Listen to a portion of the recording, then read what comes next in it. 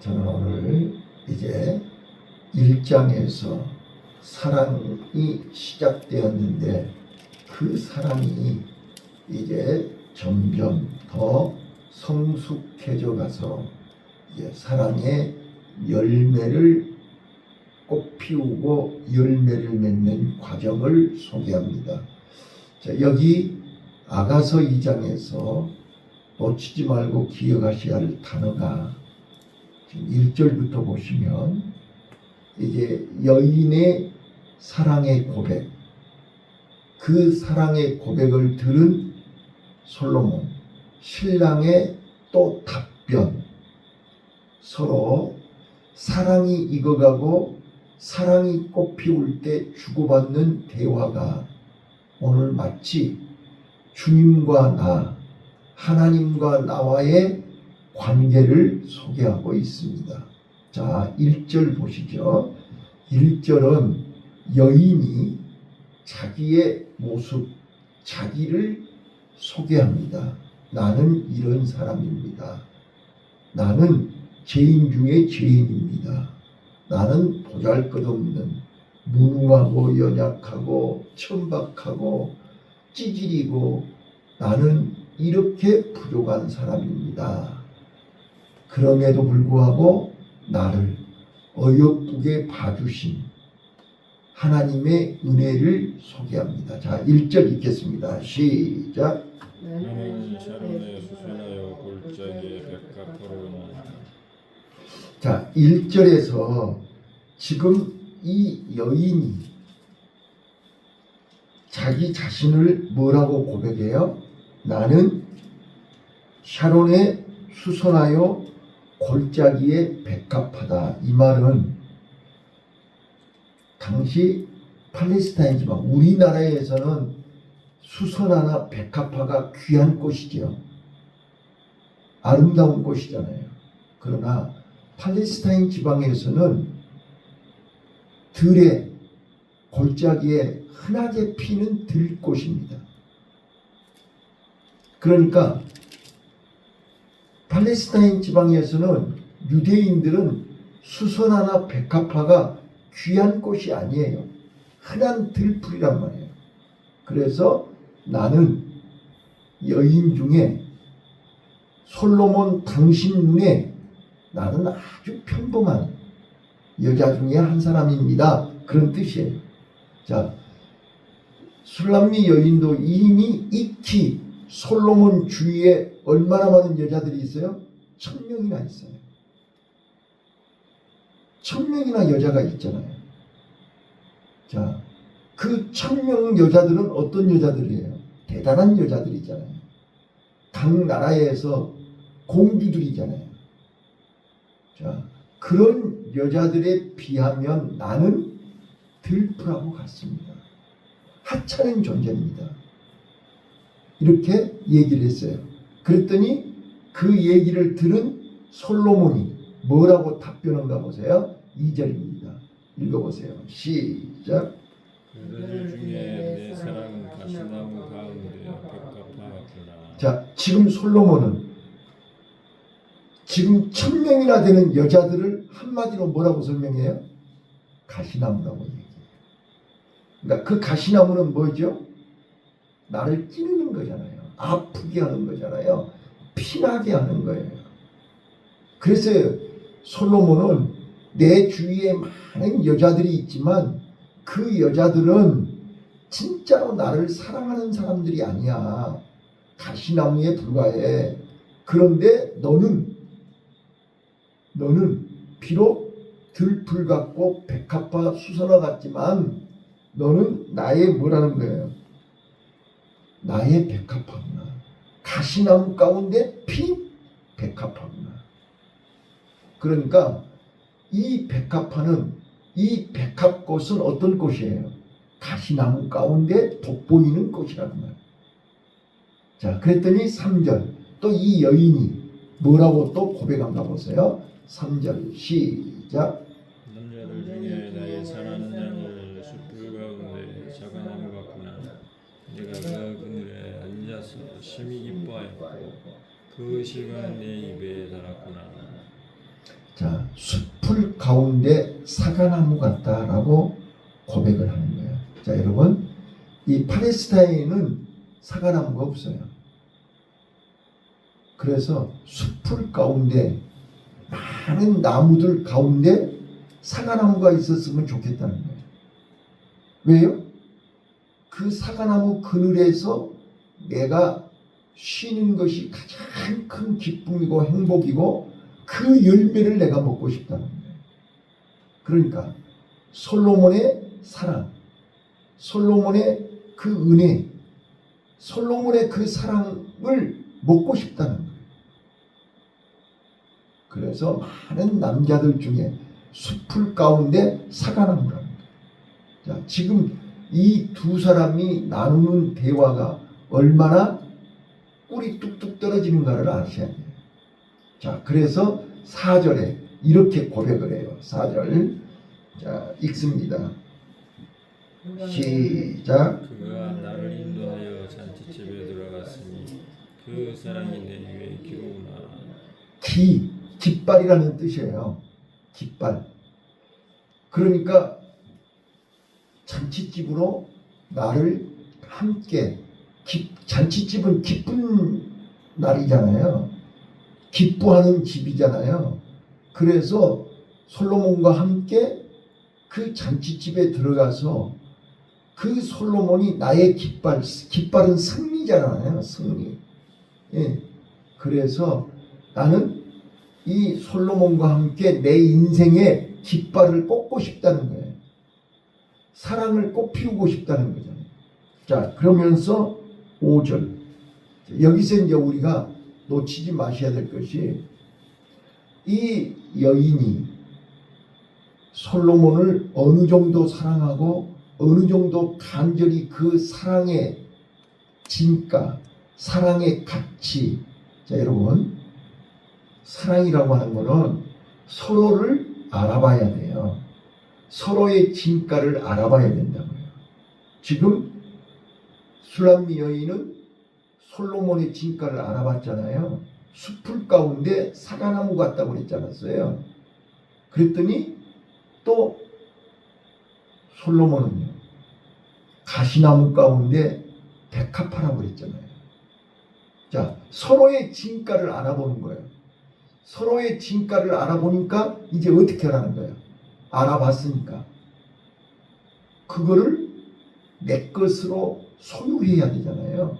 감추인 보화를 발견했으면 그거를 내 것으로 삼아야 되잖아요.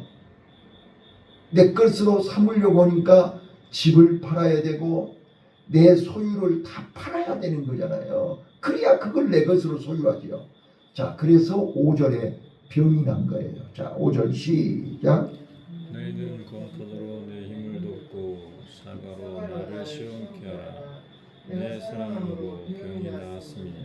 예, 사랑함으로 병이 난 거예요. 왜? 그 가치를 알기 때문에, 진가를 알기 때문에 놓치고 싶지 않은 거예요. 내 것으로 소유하고 싶은 거예요. 그런데 나는 평범하잖아요. 나는 힘이 없잖아요. 나는 능력이 없잖아요. 자, 그래서 술람미 여인은 병이 난 거예요.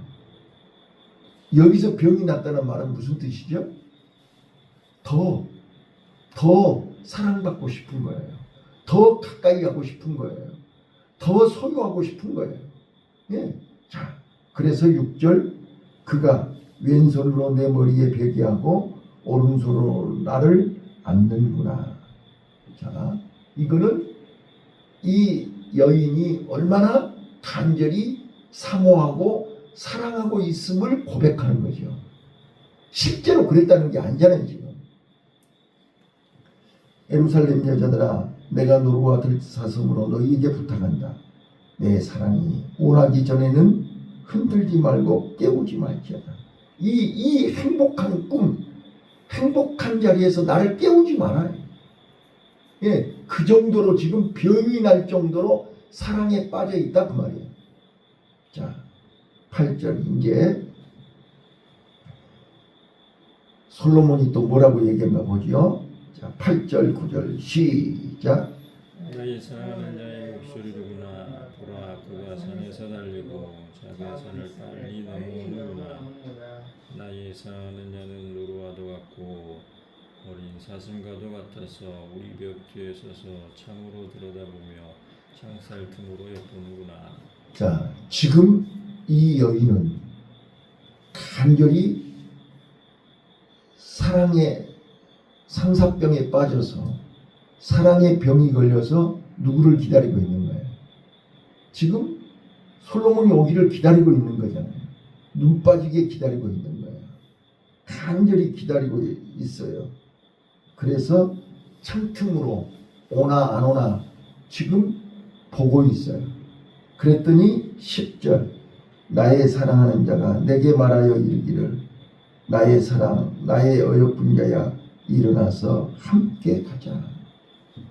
자, 10절하고 13절 내용이 똑같아요. 일어나 함께 가자. 이제 그 사랑했던, 사모했던 그분이 와서 함께 가자는 거야. 그런데 여기까지 오는 과정 속에 장애물이 많았다는 거예요. 자, 11절이에요. 11절 시작.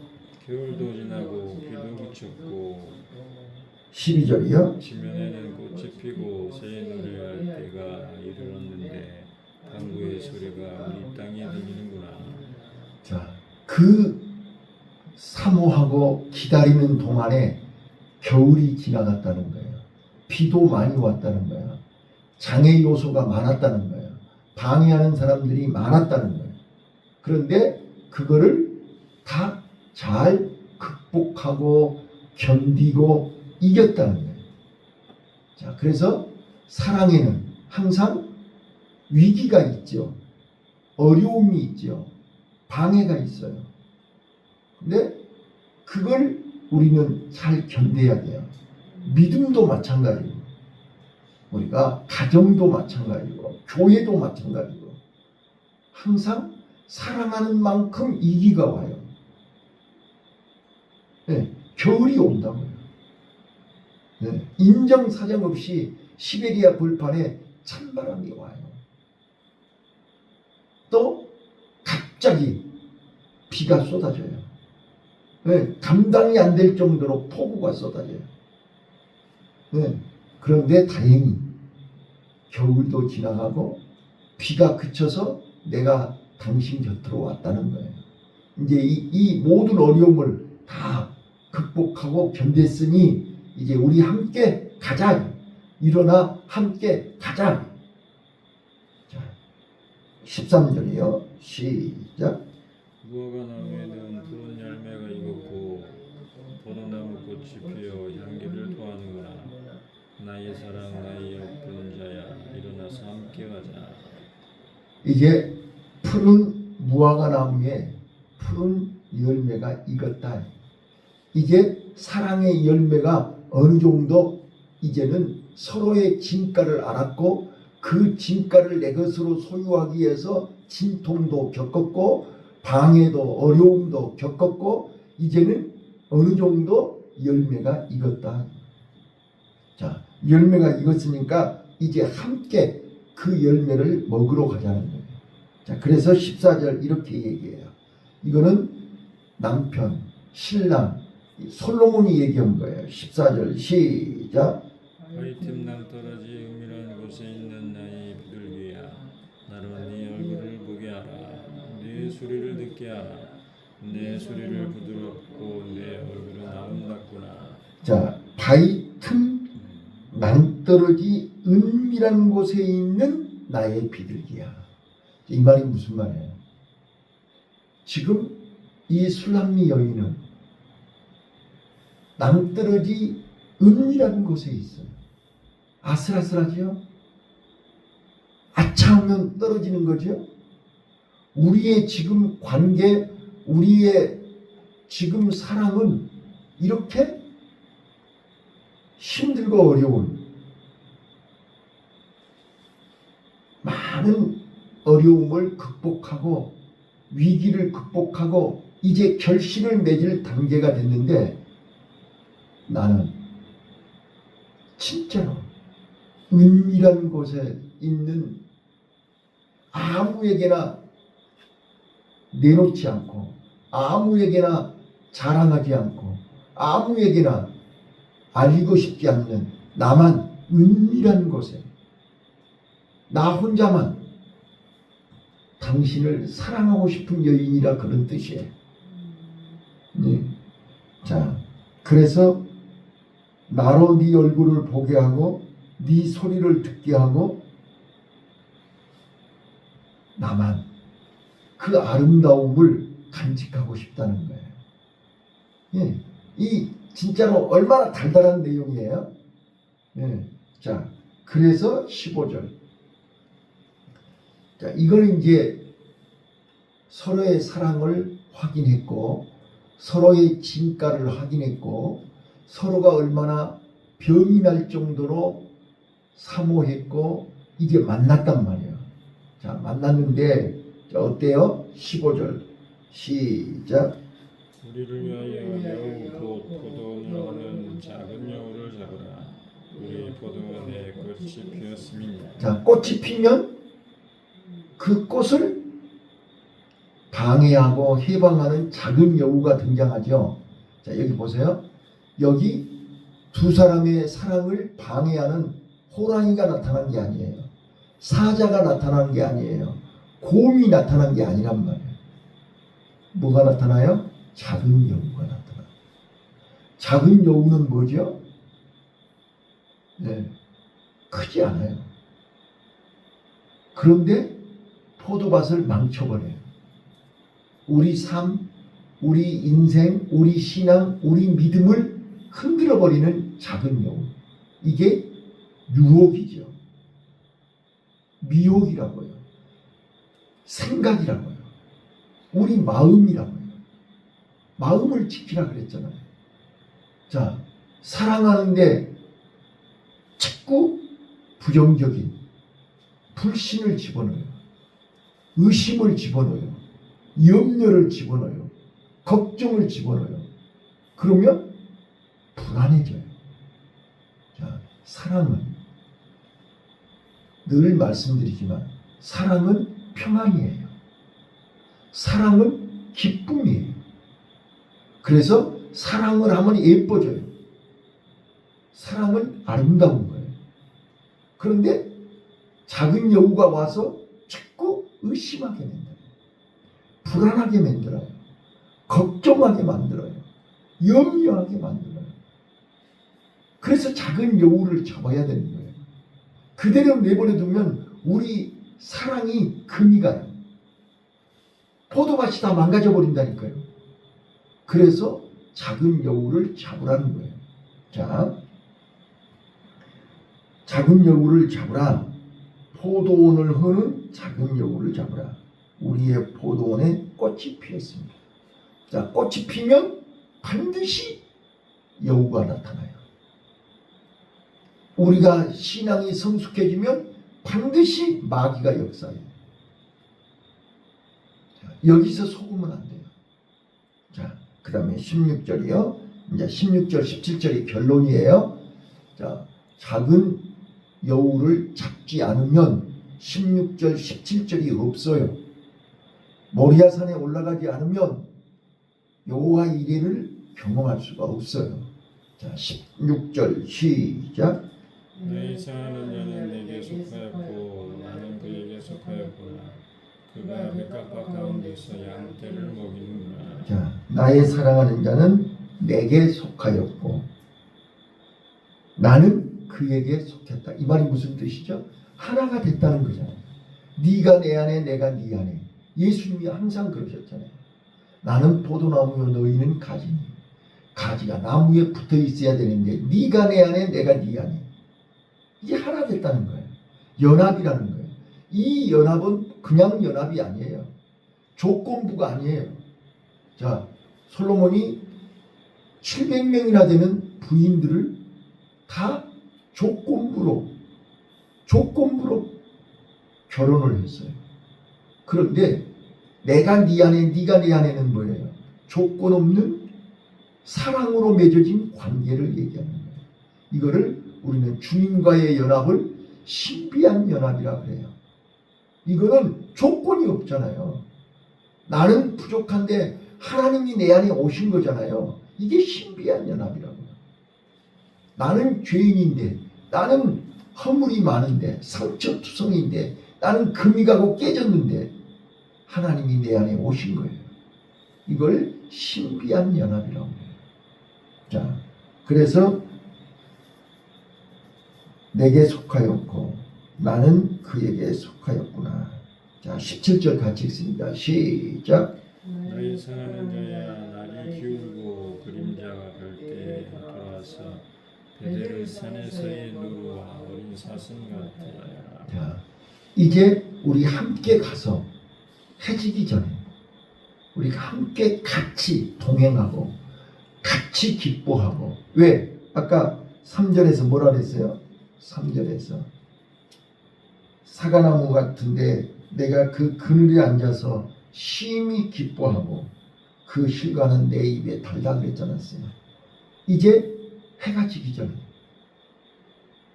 빨리 그 사과나무 그늘 밑에서 기쁨을 누리고 싶고, 그 사과가 내 입에 닿는데 그 단 사과를 먹고 싶다는 거예요.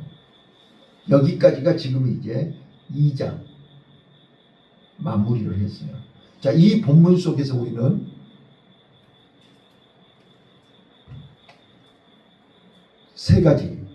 저는 세 가지 교훈을 얻게 돼요. 첫 번째는요, 우리는 서로의 진가를 아는가? 서로의 진가.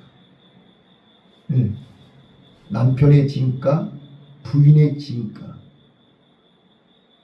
자, 그리고 오늘 우리는 나같이 허물 많고 죄 많고 연약하고 부족한 나를 사랑하시는 주님의 사랑을 아는가 말이에요. 세상 사람들은 어때요? 네? 세상 사람들은 자기 마음에 안 들고 자기 하자는 대로 안 하고 자기 뜻대로 거부하면 어제의 동지가 오늘의 적이 돼요. 봐보세요. 온 세상이 다 그러잖아요. 세상 사람들은 자기 뜻대로, 자기 주장대로, 자기 고집대로 안 따라오면 다 적이에요. 그런데 우리 주님은, 저는요, 이 아가서 2장을 보면서 한마디로 사랑의 열매, 진짜로 사랑의 열매를 먹고 싶으면 베드로에게, 부활하신 예수님이 갈릴리 바다에서 베드로에게 찾아오셔서 뭐라 그랬어요? 바요나 시몬아, 요한의 아들 시몬아, 네가 이 사람들보다, 이 세상 그 무엇보다 나를 더 사랑하니? 라고 물으셨어요. 저는 오늘 이 아가서 2장의 제목을 더욱 더 사랑하는 방법, 더욱 더 사랑하는 비결이라는 제목을 정하려고 했어요. 지금 부활하신 예수님은 갈릴리 바다에서 밤이 맞도록 그물질을 하고 한 마리 고기도 잡지도 못하고 땀을 펄펄 흘리고 기진하고 탈진하고 지쳐있는, 쓰러져 있는 베드로를 향해서 저 깊은 곳에 그물을 내려라. 그래서 지금까지 단 한 번도 경험해보지 못한 갈릴리 바다에서 기적을 체험하고 요한에게 물어요. 베드로에게 물어요.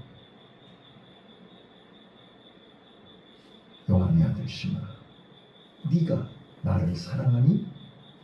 그냥 사랑하니가 아니에요. 저 사람들보다 더 나를 사랑하니? 이 세상 그 무엇보다 더 나를 사랑하니? 라고 베드로에게 물을 때 주여 주께서 아시나이다. 오늘 우리는 이 새벽에 주님의 음성을 들어야 돼요. 이 세상, 돈보다, 명예보다, 건강보다, 자녀보다, 무엇보다 더